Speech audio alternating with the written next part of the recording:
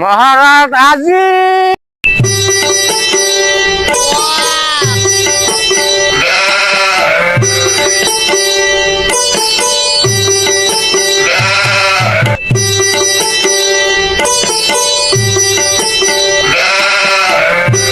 আমার রাজ্যে প্রতিনিয়ত এত বিচার আসার কারণ কি?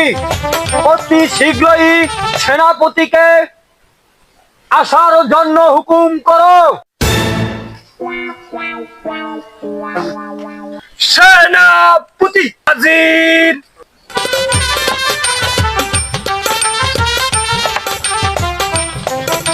মহারাজ আমাকে ডেকেছেন? হ্যাঁ সেনাপতি, আমি তোমাকে ডেকেছি।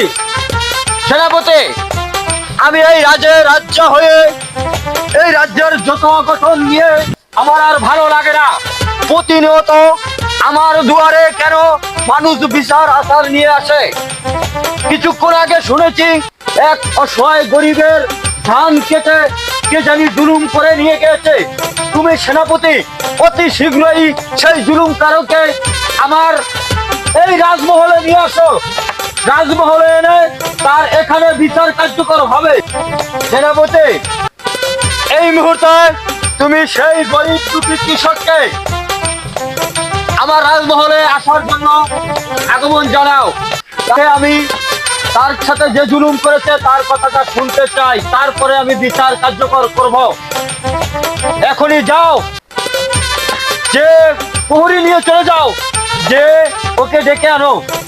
যাহা আজ্ঞা মহারাজ। প্রহরী আমার সাথে আসো।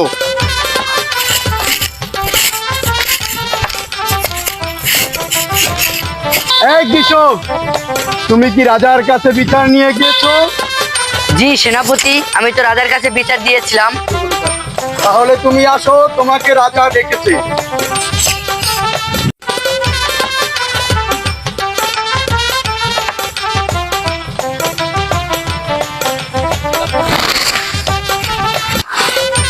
জি মহারাজ, আমাকে কি ডেকেছিলেন? বসো, এই জায়গায় বসো চাষি। সেনাপতি, মহারাজ হাজির। এই দেখো, আমার এই মহলে এরকম অসহায় চাষি থাকতে যার একটি হাত নাই, সেই চাষির অনেকখানি জমিনের নাকি ধান কেটে নিয়ে গেছে।